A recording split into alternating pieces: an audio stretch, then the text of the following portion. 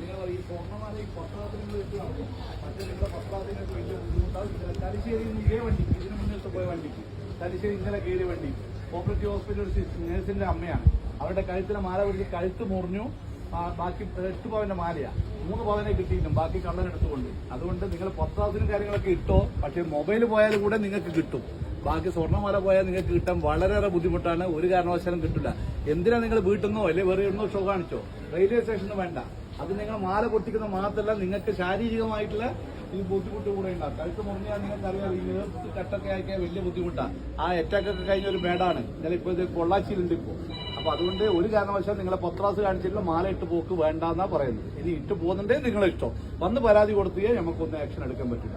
ഈ നിങ്ങൾക്ക് യാത്രയിൽ ഉപകരിക്കേണ്ട പല കാര്യങ്ങളും റെയിൽവേ ചെയ്തിട്ടുണ്ട്. നിങ്ങൾക്ക് എന്തെങ്കിലും ഒരു ആവശ്യം ഉണ്ടെങ്കിൽ തന്നെ ഇമ്മീഡിയറ്റ് 139 എന്ന് പറഞ്ഞ ടോൾ ഫ്രീ നമ്പർ ഉണ്ട്. കേൾക്കുന്നില്ല ലേഡീസ്? ഇപ്പൊ സ്ത്രീകൾക്കെതിരെയുള്ള പരാതികളൊക്കെ കുറെ കൂടിക്കൂടി വരികയാണ്. നഗ്നത പ്രദർശിപ്പിക്കല്, ഫോട്ടോ എടുക്കല്. കഴിഞ്ഞ ആഴ്ച മലബാർ എക്സ്പ്രസിൽ 70 വയസ്സുള്ള ഒരു അമ്മമ്മേനാണ് ഒരു സ്കൂൾ മാഷ് പീഡിപ്പിച്ചത്.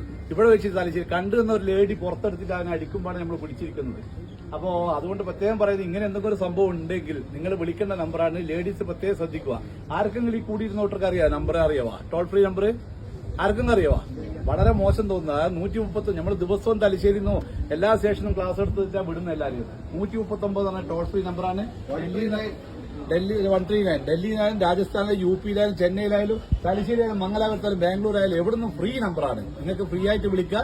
എമർജൻസി ആയിട്ട് നമ്മൾ അടുത്ത സ്റ്റേഷനിലേക്ക് എത്തും. പക്ഷേ എങ്കിൽ അനാവശ്യമായിട്ട് എന്റെ ഷൂ പോയി, എന്റെ പഴയ ഡ്രസ്സ് പോയി എന്നിട്ട് ഒരു കാരണവശാലും വിളിക്കാൻ പാടില്ല. പല കുടുംബരും ഇപ്പൊ അങ്ങനെയാണ് പ്രവണതയുള്ളത്. അങ്ങനെ വിളിക്കുന്നുണ്ട്. അങ്ങനെ വിളിച്ചു കഴിഞ്ഞാൽ എന്താ പ്രശ്നം ചോദിച്ചാൽ നിങ്ങൾക്ക് 3ാമത്തെ പ്രാവശ്യം നമ്പർ ബ്ലോക്കായി പോകും. പിന്നെ 4ാമത്തെ പ്രാവശ്യം നിങ്ങൾ ഉച്ചവരെ ഉടവരെ പോകുമ്പോൾ നിങ്ങൾക്ക് നെഞ്ചുവേദനയോ ഏതെങ്കിലും അത്യാവശ്യ കാര്യങ്ങൾ എന്തെങ്കിലും അനുഭവപ്പെട്ടാൽ നിങ്ങൾക്ക് വിളിച്ചാൽ കിട്ടില്ല. അങ്ങനെയുള്ള അനുഭവങ്ങൾ യാത്രക്കാർക്കുണ്ട്.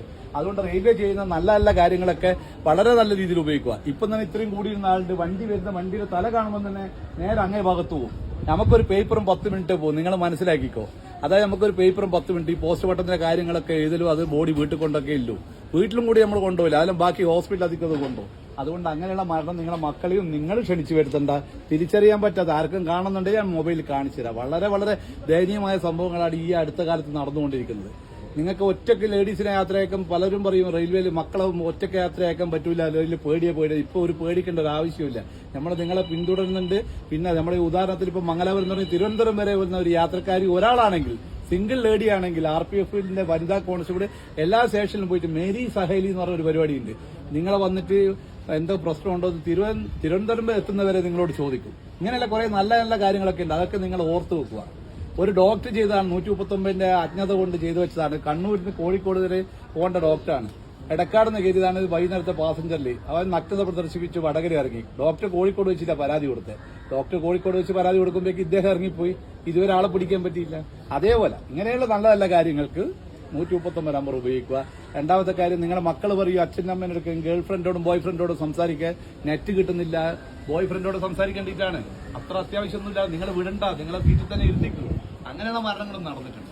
നമ്മളെ അനുഭവ സമ്പത്ത് കൊണ്ട് പറയാണ്, നിങ്ങളുടെ മക്കളെയും നിങ്ങളുടെ കുടുംബം ഞമ്മക്കും കൂടെ വളരെ വേണ്ടപ്പെട്ടതാണ്. ഭദ്രമായ സുരക്ഷിതമായ ഒരു യാത്ര നമ്മൾ കൂടി വാഗ്ദാനം ചെയ്യുന്ന അതിന്റെ പേരിലാണ് ഞാൻ നിങ്ങൾക്ക് ഈ ക്ലാസ് എടുത്ത് തരുന്നത്. നമ്പർ ഏതാ ഓർമ്മയുണ്ടോ? ലേഡീസ് പറ, ഏതാ നമ്പർ? അത് നിങ്ങൾ മാത്രമല്ല, നിങ്ങളെ പരിചയക്കാരോടൊക്കെ പറയണം. ഇപ്പൊ ട്രെയിൻ യാത്ര ഏറ്റവും സുഖമാണ്. കോഴിക്കോട് നിന്ന് വണ്ടി കണ്ണൂരൊക്കെ എത്താൻ വെറും 50 മിനിറ്റ് വേണ്ടു. കഴിഞ്ഞ ആഴ്ച കണ്ടില്ല നിങ്ങൾ ഫേസ്ബുക്കിലൊക്കെ കാണുന്നില്ല, 50 മിനിറ്റ് വേണ്ടു. നിങ്ങൾ ബസ്സിലാണെങ്കിൽ 5 മണിക്കൂർ യാത്രയാണ്. അതുകൊണ്ട് തന്നെ യാത്രക്കാർ കൂടി വരികയാണ്. നിങ്ങളിത് വേണ്ട രീതിയിൽ ഉപയോഗിക്കുക. നമ്മളും നിങ്ങളെ കൂടെ ഉണ്ടാവും. ഓക്കെ. Thank